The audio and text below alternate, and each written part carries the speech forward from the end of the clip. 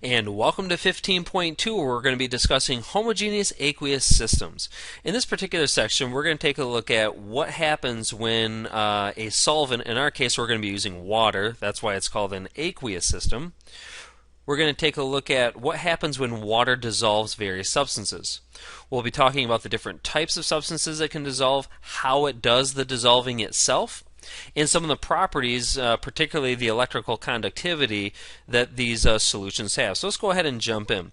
First of all, we call this a homogeneous aqueous system, and if you recall back to chapter 2, a homogeneous system or homogeneous mixture is one that only has one phase. The prefix homo means same, geneous means obviously to make or generate, and so when you look at this system, the key here is as you look through it, you can only see the one phase. In our case, it's going to be water. You can't necessarily see anything else that's dissolved in that. Now, there are different parts to what we call the solution. The solution is going to be the total system. You can break the solution down into the solvent. We'll start with that. The solvent, which in our case is always going to be water, but it doesn't have to be water. The solvent is going to be present in the largest quantity.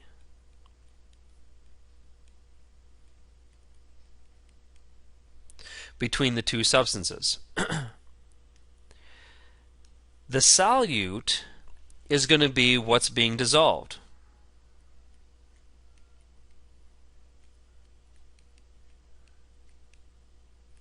And this is going to be in the smaller quantity.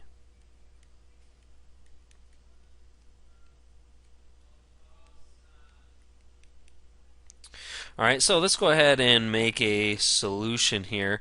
We'll have a beaker and something like that, and there's the lines of incrementation, and we'll go ahead and put some water in, and so this water again is our solvent. Alright, there you go. Then when you put the salt in, we'll go ahead and make some type of salt shaker here. And as the salt falls in, again, this is salt, we'll say that's sodium chloride. What's going to happen is when the salt gets into the water, it's going to break up into its ions like so. Now, not every substance breaks up into ions, to be sure, but the salt will. And so anyway, that is the solute. Alright, so there you go.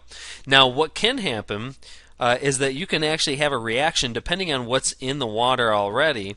You can have a reaction where you have a pile of material that's going to be sitting in the bottom. Let's go ahead and do that and say green. We'll do it in lime green. How's that? And so sometimes you'll get this substance that settles to the bottom. That's going to be the precipitate. And the precipitate is something we talked about in chapter 11. It's generally the solid that forms when two solutions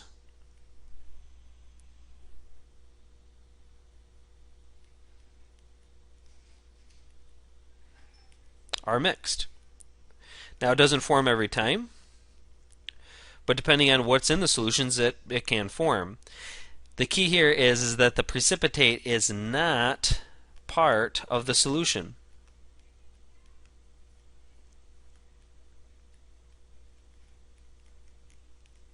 Alright? The solution is only the solute and the solvent together. Alright, so there's just some terms there. Now, what actually happens when this thing dissolves? Let's go ahead and move down to the bottom.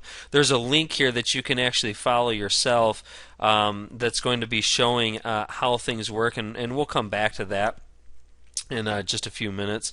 But anyway, we have in this case a salt, and you have the positive and negative ions, the cations and the anions. What happens is as the water collides with the salt crystal itself, it jars these things loose.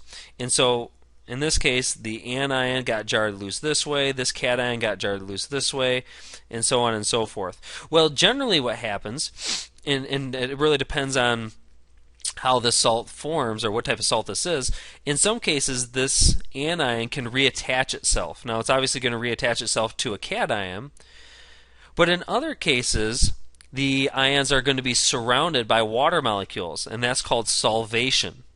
Not salvation, solvation. It's a solvated ion. And if you notice from the picture here, you have the negative sides of the water, which are, I'm sorry, that'd be the positive side of the water, the hydrogens, the two little spheres, the bluish spheres there, are being pointed towards the negative anion. The positive ion has the oxygen end pointing towards it because that side is partially negative. So this is partially negative, partially negative, partially negative. And so the negative side of the water surrounds the positive cations. The positive side of the water would be surrounding the anions. Okay?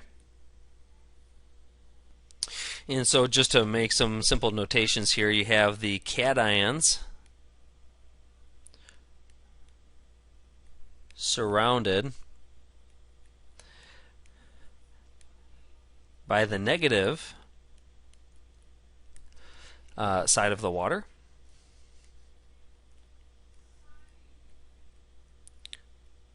while the anions are surrounded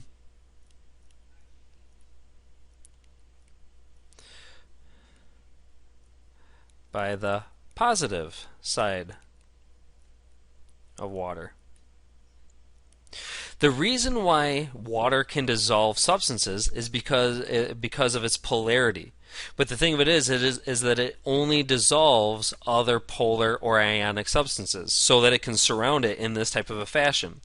If the other substance is not polar or not ionic, then it's not going to dissolve it. Okay? So if solute does not have charged areas, meaning that it's going to be nonpolar,